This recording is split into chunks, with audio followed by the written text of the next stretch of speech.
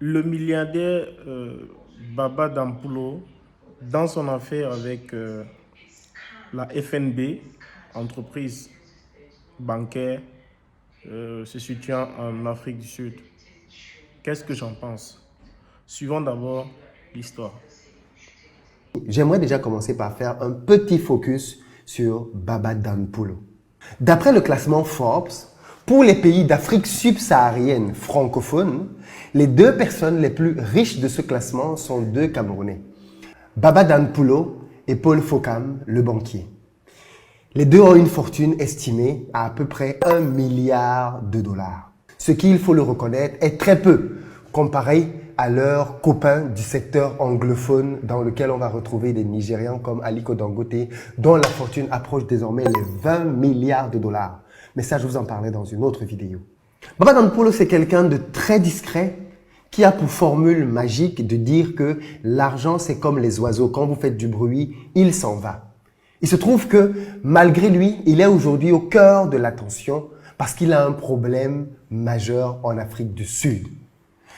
Baba Danpulo est l'un des acteurs économiques les plus importants du Cameroun qui a fait sa fortune dans plusieurs secteurs, parmi lesquels l'immobilier, l'agroalimentaire, le transport et même les télécommunications. Il est actionnaire à 30% chez Nextel, qui est le troisième opérateur de téléphonie mobile au Cameroun. Mais Danpulo est beaucoup plus connu au Cameroun grâce à ses immenses plantations de thé de Ndawara dans la région du Nord-Ouest, lesquelles lui permettent d'exporter son thé à l'étranger. Il est d'ailleurs dit que la feu reine d'Angleterre était fan du thé sorti du Cameroun dans les plantations de Danpulo. Pour vous dire la qualité du thé produite par Danpulo. 20% de ce thé est consommé au Cameroun et 80% à l'étranger. Il s'est lancé dans la télécommunication, notamment en créant DBS, Danpulo Broadcasting System. Danpulo est aussi actionnaire au sein des compagnies publiques telles la Sodecoton, les aéroports du Cameroun, ADC, et il a d'ailleurs repris la filière thé de la Cameroon Tea Estate. Mais en dehors de tout ce qu'il a fait au Cameroun, une très grande partie de sa fortune lui vient de ses investissements au Nigeria, mais surtout en Afrique du Sud. Il possède énormément de biens immobiliers en France, en Suisse, mais surtout, comme je le disais, en Afrique du Sud. Il a tellement investi en Afrique du Sud qu'il est devenu le premier investisseur immobilier privé de tout le pays. Vous avez bien entendu. Baba Danpulo était le premier investisseur immobilier en Afrique du Sud. Pourquoi je dis était? Parce que justement, le scandale que nous allons étudier maintenant a grandement affecté son patrimoine immobilier. En réalité, tout commence en 2017, quand Baba Danpulo décide d'acquérir un immeuble en Afrique du Sud, l'immeuble qui avait en son sein la direction générale de Standard Bank. Il va donc pour cela rencontrer une banque pour acquérir ce bien-là. La banque en question, c'est la FNB, à qui il prête 21 milliards de francs CFA pour acquérir cet immeuble. Crédit qu'il doit rembourser sur 10 ans avec une mensualité de 400 millions de francs CFA par mois. Il rembourse donc normalement pendant les 3 premières années et en 2020, malheureusement, survient le Covid. Et à partir de là, bien évidemment, comme tout est fermé, ces activités ne tournent plus, notamment dans le domaine de l'immobilier, puisque les gens sont confinés. Eh bien, il commence à éprouver des difficultés pour rembourser sa banque. Et à partir de là, donc, ça va être le début du cauchemar. En 2020, la banque FNB va voir son management complètement changer. Et le nouveau management va être très strict avec Danpulo. Ils vont exiger de Danpulo qu'il puisse payer immédiatement et sans délai les 7 années de crédit restantes. Parce qu'ils estimaient d'après eux que les termes de remboursement n'étaient plus respectés, malgré le Covid. N'ayant pas obtenu dans les délais qu'ils souhaitaient l'argent qu'ils attendaient de Danpulo, ils vont saisir la justice en Afrique du Sud avec pour demande de saisir, tenez-vous tranquille, tous les biens immobiliers de Danpulo. Et c'est là que mon interrogation commence. Pourquoi? Pour 21 milliards de francs CFA, on va saisir des biens qui valent plus de 500 milliards de francs CFA. Et le pire, c'est que la justice sud-africaine va accepter ça. Et voilà donc comment est-ce que le cauchemar de Danpulo va commencer, avec la banque FNB qui va commencer à brader les uns après les autres les immeubles, les malls de Danpulo en Afrique du Sud. Ces entreprises, même celles qui étaient dans le secteur de l'aérien parce qu'il avait une compagnie aérienne en Afrique du Sud, se retrouvent à être bradées les unes après les autres. Danpulo fait plusieurs appels, plusieurs recours, mais tout ceci, malheureusement, ne fait que ralentir les échéances, mais ne freine pas tout le mécanisme. Il se voit donc dépouillé, dépossédé de ses richesses, avec pour principal fautif un immeuble pour lequel il avait pris un crédit de 21 milliards de francs CFA. Je rappelle qu'il avait déjà remboursé pendant 3 ans et il restait 7 ans. Donc en réalité, il ne s'agissait même plus simplement de 21 milliards, mais de bien moins que ça.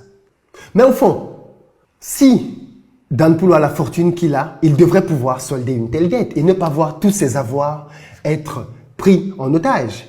Eh bien, tenez-vous tranquille, il ne lui est pas permis de prendre de l'argent au Cameroun pour rembourser la banque en Afrique du Sud, d'après ce que sa partie annonce. On lui interdit de prendre de l'argent au Cameroun pour venir payer une dette en Afrique du Sud. Et donc, il est comme piégé. Il ne peut pas avoir accès à ses biens, il ne peut pas prendre son argent ailleurs pour rembourser, et la banque en Afrique du Sud continue de liquider ses biens. Et donc, bien évidemment, il crie au scandale. Il crie au scandale et comme c'est quelqu'un de très puissant, il fait recours à toutes les hautes personnalités qu'il connaît, parmi lesquelles le président sénégalais Macky Sall, qui essaye une médiation qui n'aboutit pas du tout.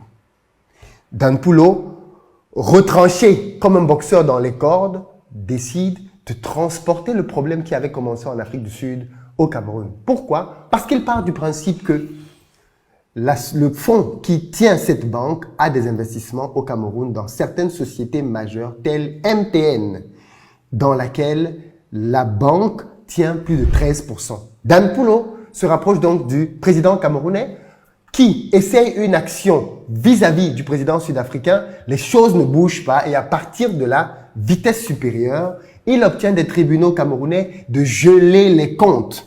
Tenez-vous tranquille. De MTN et de Chococam. Alors oui, c'est vrai qu'on peut se demander, mais quel est le rapport? Pourquoi est-ce qu'un litige qui a lieu en Afrique du Sud se retrouve à pénaliser des entreprises installées au Cameroun? C'est le seul moyen que Danpulo va trouver pour essayer de mettre la pression sur la banque sud-africaine qui bloque son argent. À ce jour, les pertes de Danpulo sont évaluées à plus de 300 milliards de francs CFA en Afrique du Sud, ce qui fait donc bien évidemment qu'il n'est plus l'homme le plus riche d'Afrique. Mais au-delà de ce titre, qui en réalité ne signifie pas forcément grand-chose pour lui, ce qui interroge, c'est la partialité de la justice sud-africaine. L'Afrique du Sud est connue pour être un grand pays de droit, un pays dans lequel les choses fonctionnent à peu près correctement. Comment expliquer donc que la justice puisse prendre des décisions qui semblent aussi peu logiques? Comment expliquer qu'une banque, la FNB, soit en train de vouloir mettre à genoux à terre un de ses investisseurs? Qu'est-ce qu'ils y gagnent? Est-ce que Danpulo a raison d'y voir de la xénophobie? Une volonté pour évincer le Camerounais, pour qu'il ne soit plus le magnat de l'immobilier dans ce pays et donc, de fait, le faire remplacer par quelqu'un d'autre? Les spéculations vont bon train dans toutes ces motivations. Dans tous les cas, ce que l'on sait aujourd'hui, c'est que Danpulo a fait geler les comptes de ces entreprises avec pour actionnariat la banque au Cameroun, avec pour but de mettre la pression. Alors bien évidemment, ceci est fort dommageable parce que MTN a réagi en écrivant une note qui a fuité à la présidence de la République dans laquelle il disait « On ne comprend pas pourquoi est-ce qu'on est concerné par ce problème-là, ça ne nous regarde en rien du tout et on ne peut pas venir saisir les avoirs de quelqu'un dans un autre pays au prétexte que dans un pays différent, il aurait eu des déboires avec un autre adversaire. » Dans tous les cas, MTN prévient et presque menace. Si les comptes ne sont pas débloqués, nous ne pourrons plus payer les salaires, mais nous ne pourrons plus garantir le réseau. Et MTN continue en disant « La situation sera catastrophique. si nous ne pouvons plus garantir la sécurité et Internet au Cameroun. Parce qu'à ce moment-là, les populations n'auront plus de connexion et ça peut prendre des tournures que personne ne souhaite. Donc en gros, MTN fait comprendre que si on ne débloque pas leur compte bancaire, ils ne pourront plus payer leur personnel, quel personnel ne pourra plus travailler. Et donc à partir de là, le réseau MTN, qui est probablement le premier réseau au Cameroun, peut-être le deuxième, je ne sais pas trop, va être paralysé. Et on parle là donc de millions de Camerounais qui vont être du jour au lendemain coupés. Et avec toutes les sociétés et les sécurités qui sont alliées à ce réseau, ça va faire très très mal. Dans tous les cas, la position du milliardaire Dan Polo n'a pas changé pour le moment. On maintient le gel des comptes avec pour but de mettre la pression sur l'investisseur sud-africain pour qu'il revoie la manière avec laquelle il est en train de traiter Dan Polo en Afrique du Sud. Voilà donc la situation. Qu'est-ce que vous en pensez? Qu'est-ce qu'elle vous inspire? Est-ce que vous pensez que Dan Polo est fautif? Est-ce que vous pensez que c'est l'administration sud-africaine qui est derrière avec pour but de nuire à ce Camerounais qui fait du business en Afrique du Sud? Dans tous les cas, j'avoue que c'est chaud. Si même au niveau de Dan Polo, l'homme le plus puissant, le plus riche, on peut être victime de ce genre de malversation, qu'en est-il des petits contribuables? Qu'en est-il des petits contribuables? Voilà en tout cas la situation sur laquelle je veux vous entendre. Dites-moi ce que vous en pensez dans les commentaires. Voilà, pour moi, de cette affaire, ce que je peux dire, c'est que on a là deux grandes personnes, une personne morale et une personne physique. La personne morale est le prêteur de l'entreprise FNB et la personne physique, c'est M. Baba Dan Polo, l'emprunteur. Ce que je sais, c'est que lorsque quelqu'un veut effectuer un emprunt, il y a des clauses. Il y a un contrat qui se signe et de ce contrat, il y a des clauses. Et je vais prendre l'exemple où dans ce contrat, la clause était que si c'est que l'emprunteur ne respecte pas l'engagement, celui-ci va directement payer la totalité des mensualités, c'est-à-dire la totalité de l'argent qu'il doit à la banque. Ouais, un peu. Et on sait, suite à la pandémie du Covid, beaucoup d'activités ne marchaient pas. Par conséquent, on peut comprendre pourquoi peut-être l'entreprise ou bien peut-être M. Baba Dan Polo n'a pas pu verser les mensualités à la banque. Ce qui est un peu gênant, c'est que celui-ci, M. Baba Dan Polo, a décidé de prendre de l'argent ailleurs pour pouvoir